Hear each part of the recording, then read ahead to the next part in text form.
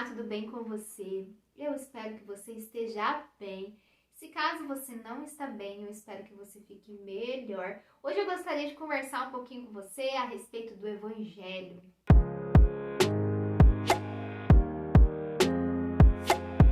E o que seria o Evangelho? Qual seria a definição da palavra Evangelho?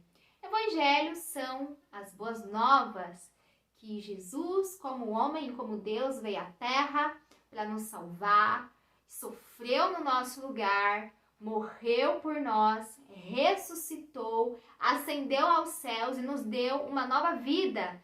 Que hoje nós somos novas criaturas em Cristo Jesus, recebemos o Espírito Santo, o qual nos dá essa filiação e que nos garante que nós temos um Pai, que nós temos o Abba Pai.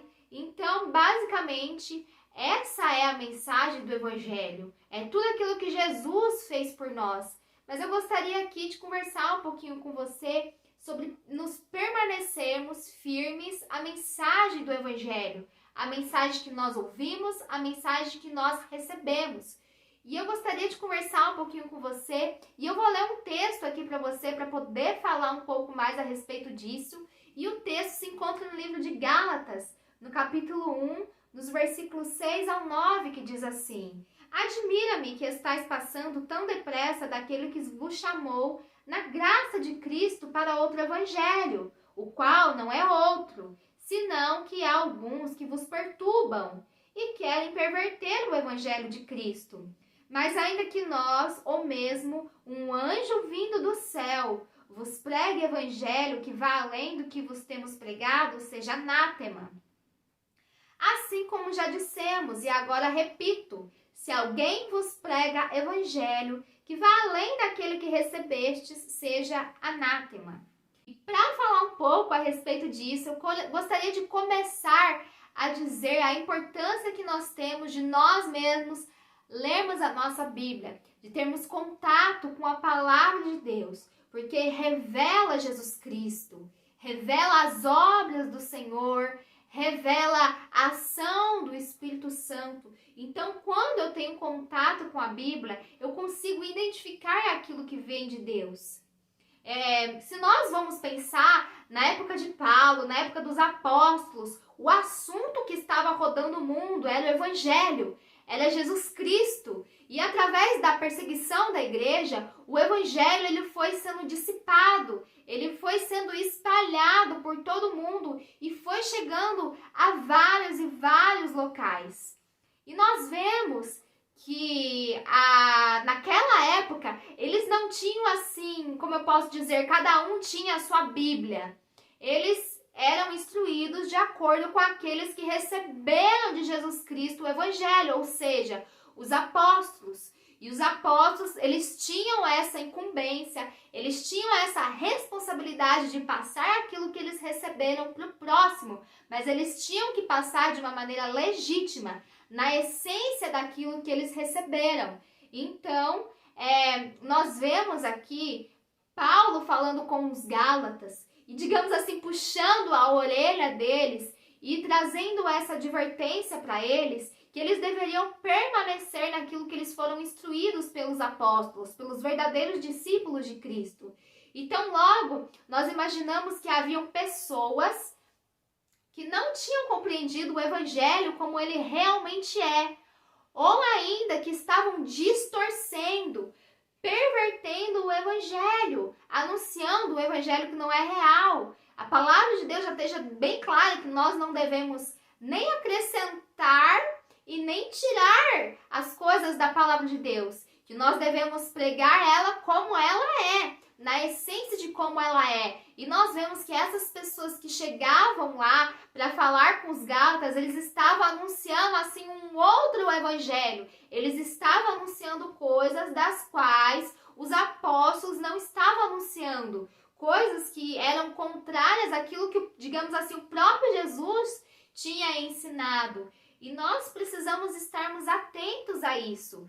Nós precisamos ter a nossa própria experiência com Deus e nós precisamos diariamente nos debruçarmos na palavra e lermos a palavra de Deus.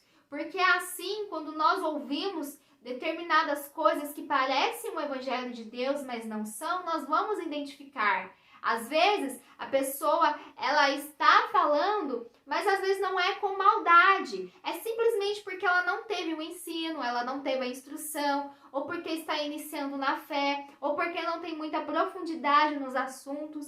Então, quando eu falo e quando eu anuncio a palavra de Deus, eu procuro fazer da melhor maneira, seguindo a essência da palavra, seguindo a coerência da palavra, para que eu mesma não venha anunciar o Evangelho de uma maneira errada, de uma maneira imprópria. Então, nós precisamos estarmos atentos, tanto na hora que nós vamos doar o Evangelho, falar sobre o Evangelho, quando nós vamos receber, para que nós possamos ter a certeza que estamos tanto falando como ouvindo o equivalente àquilo que a palavra prega. Então, quando eu começo a ouvir determinadas coisas que não se encontram de acordo com a palavra, eu logo descarto. Eu não coloco essas palavras no meu coração. Então, é muito importante, por exemplo, quando nós estamos ouvindo a palavra num culto, ou de algum pregador, nós precisamos ouvir o que essas pessoas falam e nós precisamos, assim, trazer a nossa mente para a palavra e comparar para ver se está coerente, se está correto. E nisso nós vamos guardando o nosso coração e protegendo o nosso coração e mantendo esse evangelho genuíno dentro de nós. Essa dica que eu gostaria de deixar para você. É importante nós irmos no culto, nós ouvirmos a palavra de homens de Deus, de mulheres de Deus, nós aprendermos também com os ensinamentos que eles têm para nós, né? Mas se eu for dar um conselho para você, você mesmo ler a tua palavra diariamente, porque eu percebo que quando eu leio a palavra de Deus, eu mesmo sou alimentada e diariamente eu sou fortalecida pelo Senhor. E assim, quando nós vamos em algum evento ou algo do tipo, isso é um banquete, né, que nós recebemos da palavra de Deus, porque a palavra de Deus também é alimento para nós, né? O Senhor Jesus declara que nem só de pão viverá o homem, mas de toda a palavra que procede da boca de Deus. Então, é importante nós termos esse contato com a palavra de Deus, mas digamos assim, o arroz e feijão é nós mesmos.